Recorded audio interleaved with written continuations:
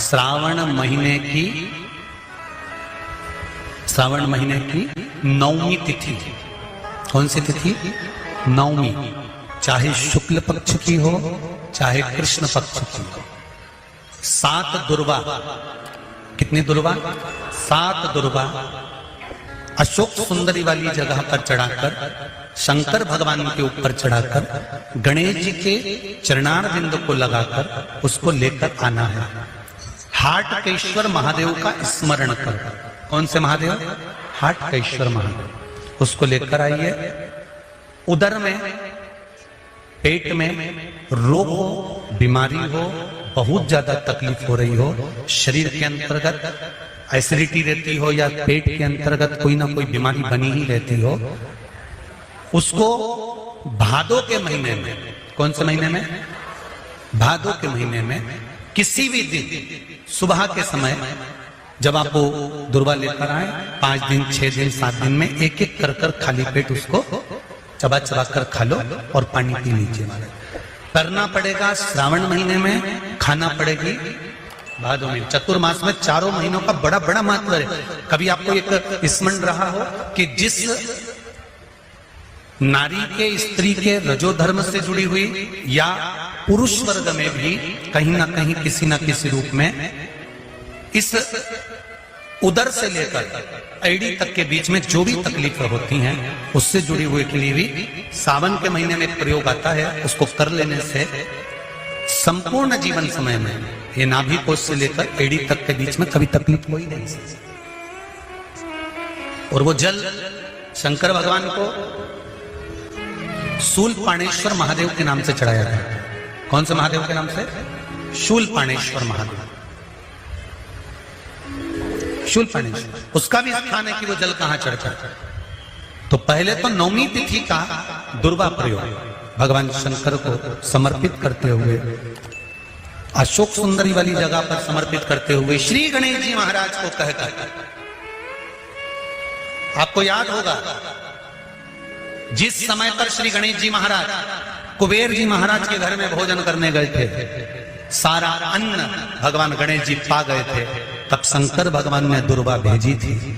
ये दुर्वा जब गणेश जी को भेजी गई थी तो वो औषधि के लिए भेजी गई थी कि गणेश जी ने ज्यादा पा लिया है तो शरीर में रोग ना हो जाए, पेट में कोई रोग ना हो जाए। तब शिव जी ने भेजी थी अशोक सुंदरी के माध्यम से।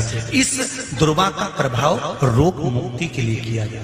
आज भी नियम है, नवमी तिथि के दिन अगर भगवान नारायण के चरणों में हल्दी और कुंकु दोनों चीजें चढ़ाई जाए तो नारी कभी विधवा होकर नहीं मरती। आज भी लिखा है, अखंडता को पाने के लिए भगवान नारायण के सीधे चरण में हल्दी और उल्टे चरण में हरोली चढ़ाई जाती, कुंकु दोनों चढ़ाई। बीमारी डॉक्टर का पीछे ही नहीं छूट रहा हो तो शिव महापुराण, विष्णु पुराण और स्कंद पुराण में जो पुरुषोत्तम कथाओं का वर्णन किया गया है, एक आटे का दिया, उसमें 4 बत्ती, आटे के दिए में 4 बत्ती रखें, तिल्ली का तेल डाल लें, थोड़ा सा उसमें सरसों का तेल डालें।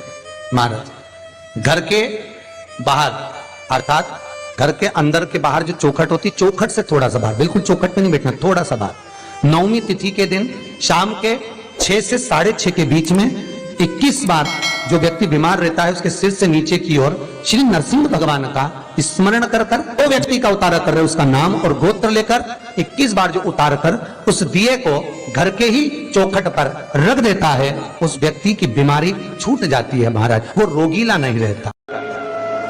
घृत का दिया लगाकर शरीर में जो रोग है उसका स्मरण कर कर, शंकर जी से विनय कर कर, हे भोलेनाथ आपने शुक्र देवता को संजीवनी मंत्र दिया है तो क्या आप मेरे को वो मंत्र प्रदान नहीं करोगे?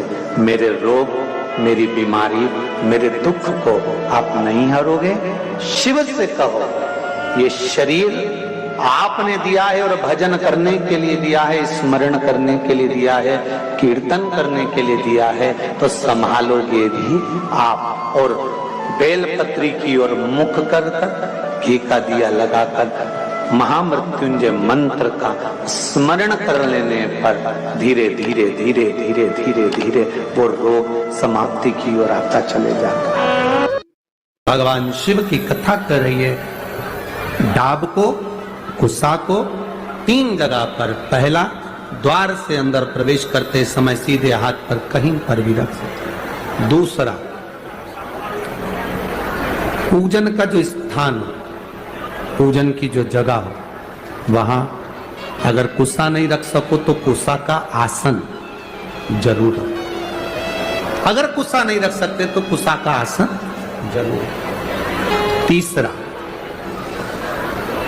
रसोई घर के अंदर जहां पर परिंदा हो, मटका हो, हंडा हो, उसके आसपास में कहीं थोड़ी भी जगह हो, एक छोटी सी भी कुसा अगर अपन ने रख रखी है तो घर में कभी भी बड़ी बीमारी प्रवेश नहीं कर सकती। एक कुसा भी अगर हमने रखी है, एक डाब भी हमने रखी है, हम तो यहां तक कहेंगे, शिव महापुराण की इस पवित्र कथा में आप लोगों से कहना चाहेंगे,